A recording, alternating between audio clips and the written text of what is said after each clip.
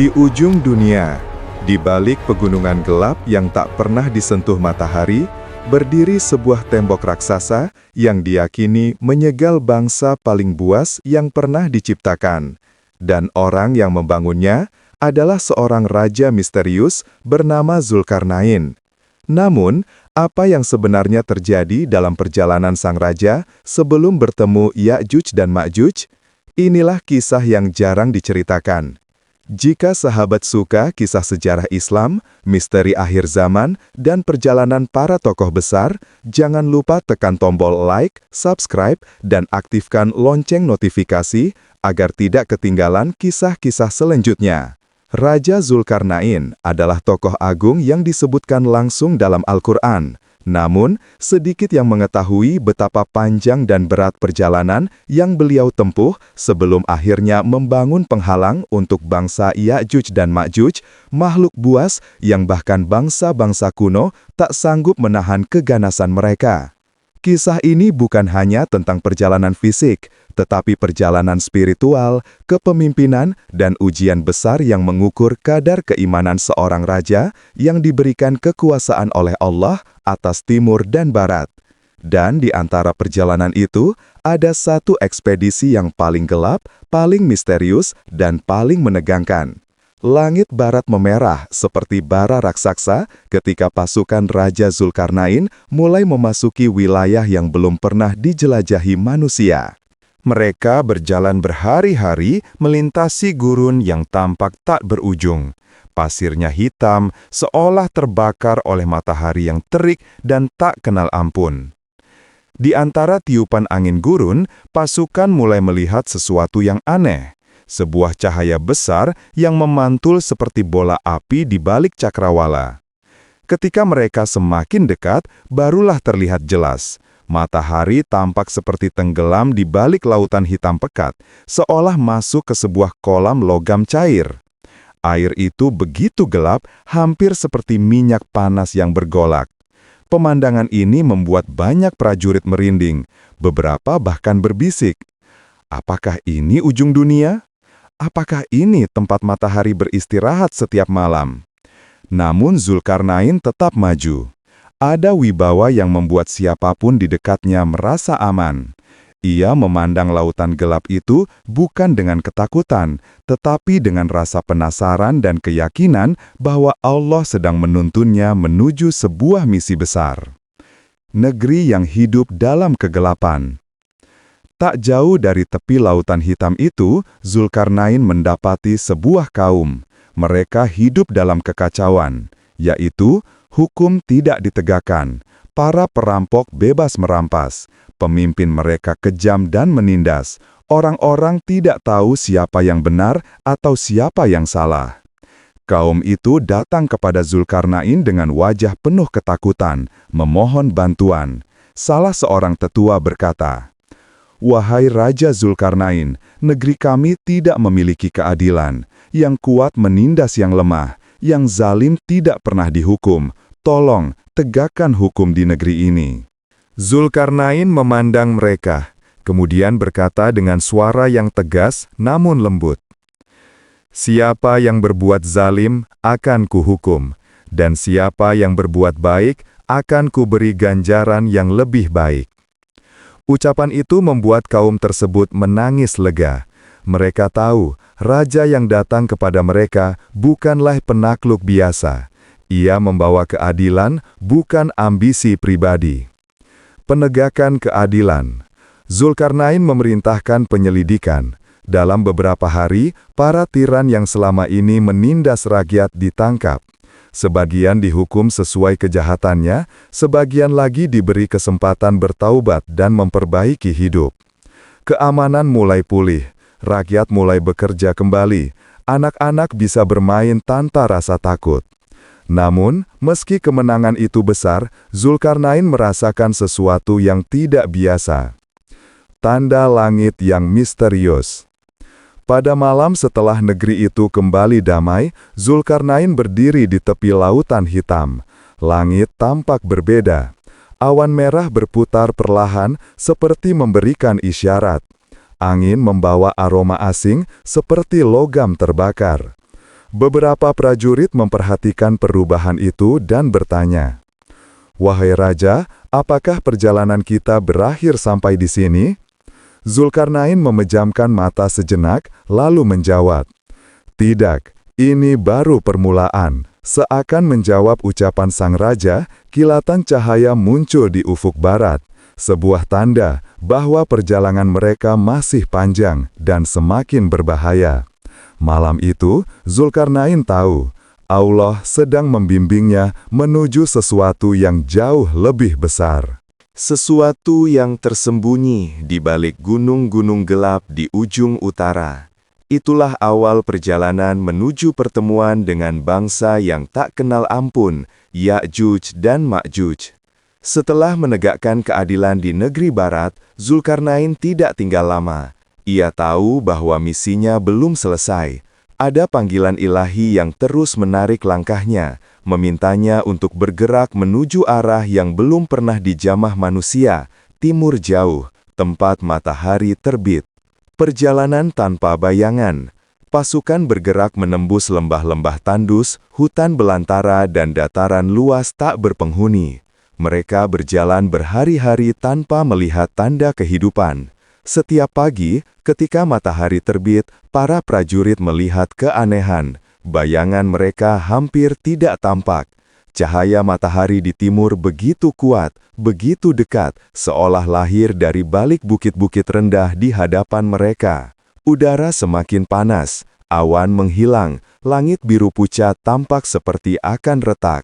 Beberapa prajurit berkata, "Seolah kita sedang mendekati tempat lahirnya matahari." Dan mereka benar. 9 negeri tanpa pelindung.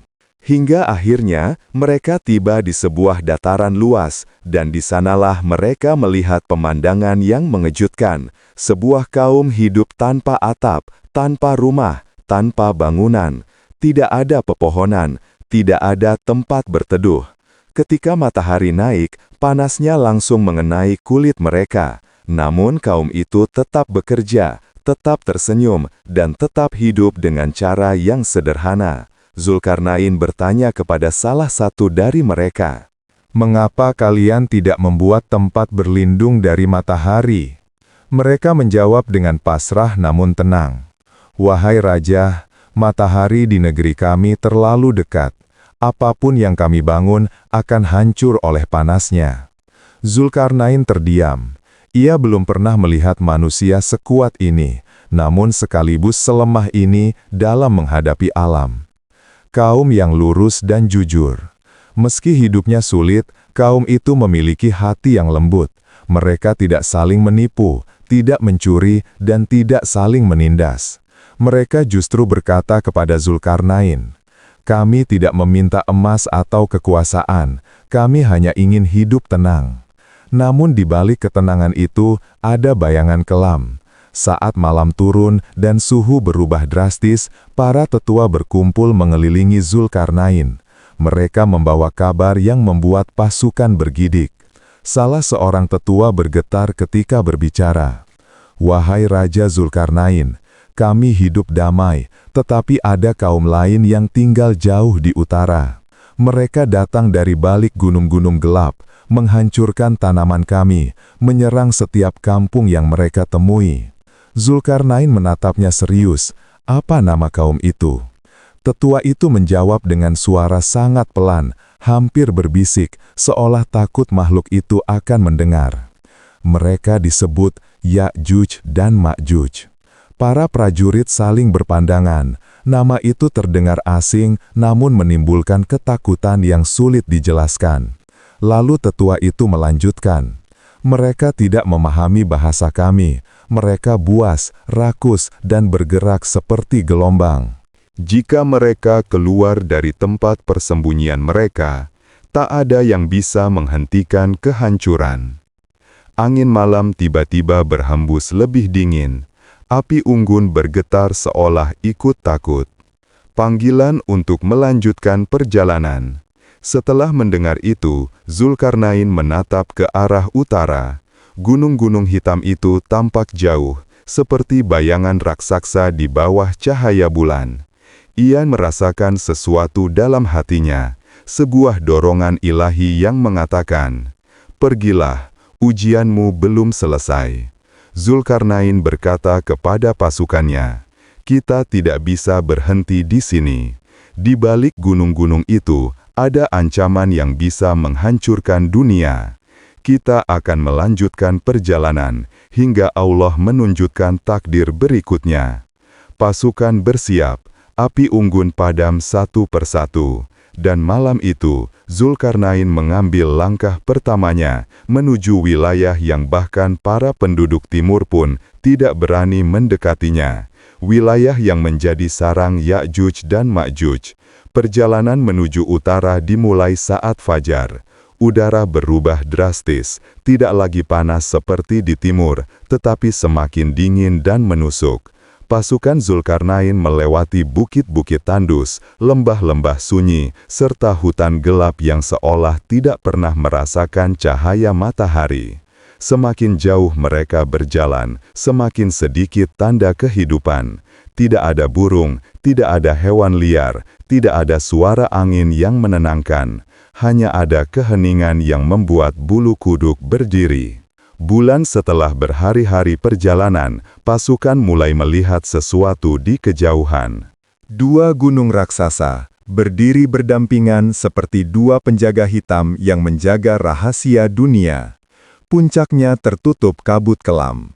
Dinding gunungnya curam dan berwarna gelap, bukan hitam biasa, tetapi hitam seperti batu yang terbakar.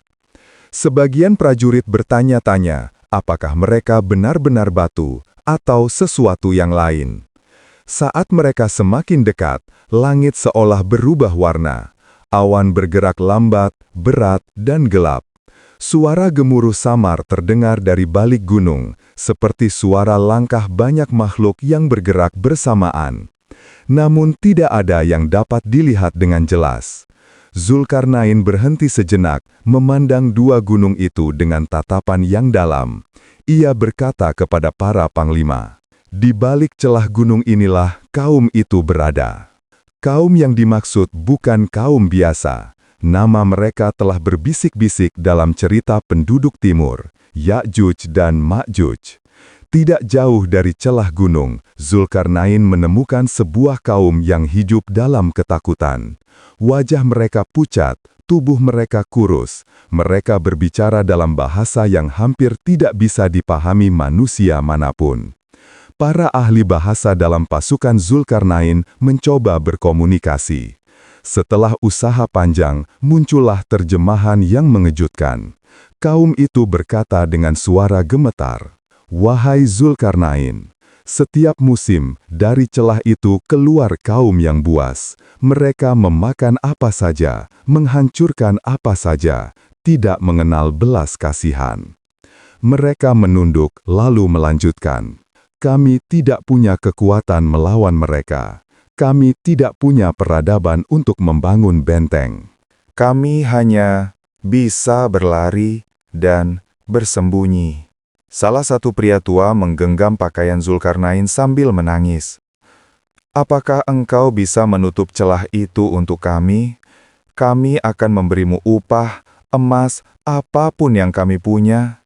Zulkarnain mengeleng dengan lembut, "Aku tidak membutuhkan upah. Yang kubutuhkan hanyalah kekuatan dan bantuan dari Allah." Perkataan itu membuat kaum tersebut menangis haru. Saat malam tiba, terjadi kejadian menegangkan. Di balik celah dua gunung itu, pasukan mendengar suara, jeritan, geraman, suara logam beradu, derap kaki banyak makhluk yang bergerak bersamaan. Api unggun pasukan berkedip-kedip seperti ketakutan oleh suara itu. Beberapa kuda gelisah, mondar-mandir tanpa tenang.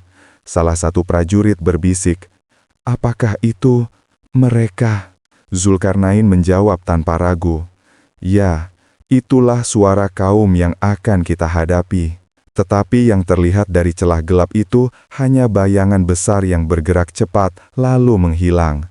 Tidak ada bentuk yang jelas, apakah mereka manusia, makhluk asing, atau sesuatu di antara keduanya. Yang jelas, geraman mereka membuat setiap orang yang mendengarnya merasa ngeri. Permintaan yang mengubah nasib dunia. Keesokan paginya, kaum lemah itu berkumpul mengelilingi Zulkarnain. Dengan bahasa yang campur aduk dan gerakan tangan, mereka menyampaikan maksud mereka. Bisakah engkau membangun penghalang, sebuah dinding, penutup, agar mereka tidak keluar lagi? Zulkarnain menatap celah itu sekali lagi. Ia melihat jejak cakar besar di dinding batu, bekas pukulan keras, dan tanah yang robek seperti digali makhluk yang ukurannya tidak wajar. Setelah berpikir sesaat, Zulkarnain berkata, "Bawalah besi sebanyak yang kalian bisa, aku akan membuatkan penghalang." Kaum itu terkejut, bukan karena permintaan besinya, tetapi karena keyakinan Zulkarnain yang begitu bulat. Zulkarnain kemudian menambahkan, "Tetapi ingatlah, dinding ini tidak akan bertahan selamanya. Jika Allah menetapkan waktunya, dinding ini akan runtuh, dan mereka akan keluar kembali." Mereka semua menunduk, merasakan kalimat itu seperti angin dingin yang menusuk ke tulang. Penutupan bab. Malam itu, Zulkarnain duduk di puncak bukit kecil, memandang dua gunung raksasa yang berdiri seperti dua benteng dunia. Di balik celah gelap itu, suara geraman masih terdengar. Seakan Ya'juj dan Ma'juj menyadari bahwa ada seseorang yang mencoba menghentikan mereka. Dan disinilah awal dari pembangunan tembok besi legendaris yang akan mengubah sejarah peradaban manusia. Fajar menyingsing pelan di antara dua gunung besar itu. Kabut masih menggantung rendah, seperti tirai putih pucat yang menutupi misteri di dalamnya.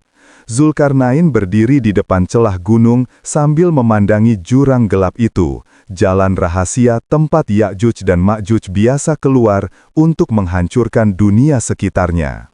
Hari itu, pembangunan penghalang dimulai. Tidak ada waktu untuk menunda. Kaum lemah yang tinggal di kaki gunung itu berlarian membawa besi, potongan tua dari peralatan pertanian, bongkahan besi dari reruntuhan, bahkan puing-puing logam yang mereka gali dari tanah. Jumlahnya sangat banyak, sehingga pasukan harus membangun tempat khusus untuk menumpuknya. Zulkarnain berdiri di tengah tumpukan tersebut, memeriksa satu persatu. "Ini cukup," katanya. "Sekarang kita mulai membangun." Api yang membelah langit. Pasukan menyalakan api raksasa. Tumpukan kayu dibuat sepanjang satu lembah kecil. Api itu membesar, menjilat langit, memancarkan panas yang membuat udara bergetar. Besi-besi dimasukkan ke dalam tungku besar yang mereka dirikan di tengah-tengah celah gunung. Zulkarnain memerintahkan, "Panaskan hingga merah membara." Asap hitam naik ke langit, menutupi matahari sementara waktu. Dari kejauhan, suara Ya'juj dan Ma'juj kembali terdengar. Geraman, jeritan tidak manusiawi, dan dentungan seperti pukulan batu besar. Beberapa prajurit tanpa sadar memegang pedang mereka. Namun Zulkarnain tetap tenang. Selama Allah mengizinkan, mereka tidak akan keluar. Bata perlahan demi lapisan. Ketika besi telah memerah seperti bara, para prajurit dan penduduk bahu-membahu mengangkatnya dan menumpuknya di antara dua gunung, sedikit demi sedikit. Lapisan pertama diletakkan, kemudian dipanaskan kembali hingga menyatu. Lalu lapisan kedua, kemudian lapisan ketiga. Hari demi hari, lapisan demi lapisan. Dinding perlahan naik, menjadi lebih tebal dan lebih tinggi.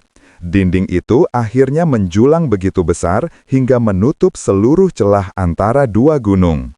Volcano menuang tembaga mendidih. Zulkarnain kemudian memerintahkan sesuatu yang membuat semua orang terperangah. "Sekarang, bawa tembaga mendidih." Prajurit-prajurit menyiapkan tembaga yang telah dilelehkan dalam tungku raksasa. Cairannya berwarna merah keemasan, panasnya membuat tanah berdenyut di bawah kaki. Dengan hati-hati, tembaga cair itu dituangkan ke atas dinding besi. Saat tembaga menyentuh besi yang masih panas, terdengar suara ledakan kecil. Tss. Asap putih keluar, menutupi pandangan. Namun ketika asap itu hilang, dindingnya tampak berbeda. Kini dinding itu bukan hanya besi, tetapi besi yang terikat kuat oleh lapisan tembaga. Keras, licin, sangat sulit dipanjat atau dirusak oleh makhluk apapun. Itulah tembok legendaris yang dibangun Zulkarnain. Sin, kemarahan Ya'juj dan Ma'juj. Ketika tembok selesai, tiba-tiba dari balik celah terdengar jeritan keras, gemuruh, gertakan, dentuman seolah makhluk raksasa sedang menabrak dinding. Ya'juj dan Ma'juj mencoba menerobos. Mereka memukul, mencakar, menggigit, bahkan mengguncang dinding itu hingga tanah bergetar. Namun dinding itu tidak bergerak sedikit pun. Seorang prajurit berbisik, "Dengarkan suara itu, mereka benar-benar ingin keluar." Zulkarnain menatap dinding dengan tatapan yang dalam. Mereka tidak akan mampu menembusnya sampai waktu yang Allah tetapkan. Makhluk-makhluk buas itu terus mengamuk di balik dinding, tetapi perlahan suaranya mengecil, lalu menghilang. Mungkin mereka mundur sementara, mungkin mereka menunggu. Atau mungkin mereka sedang merencanakan sesuatu. Ucapan syukur kaum lemah. Kaum yang tinggal di kaki gunung itu bersujud, menangis penuh rasa syukur. Seorang tetua berkata sambil gemetar, "Wahai Zulkarnain, engkau telah menyelamatkan kami. Engkau telah menyelamatkan anak-anak kami, masa depan kami, dan seluruh negeri kami."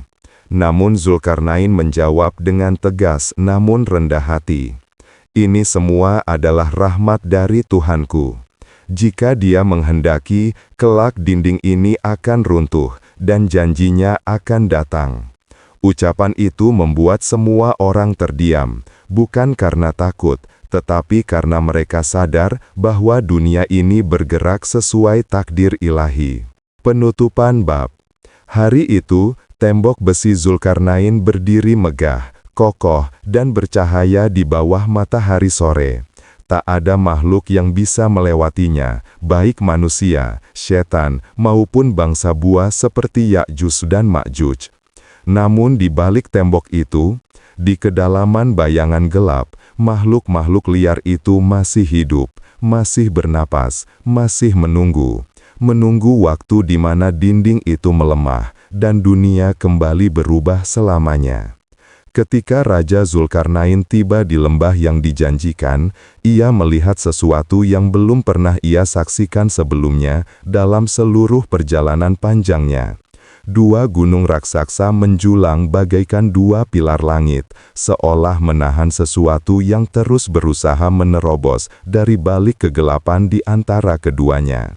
Udara di wilayah itu terasa berat. Angin berhembus membawa suara aneh, seperti desir ribuan kuku yang menggaruk batu.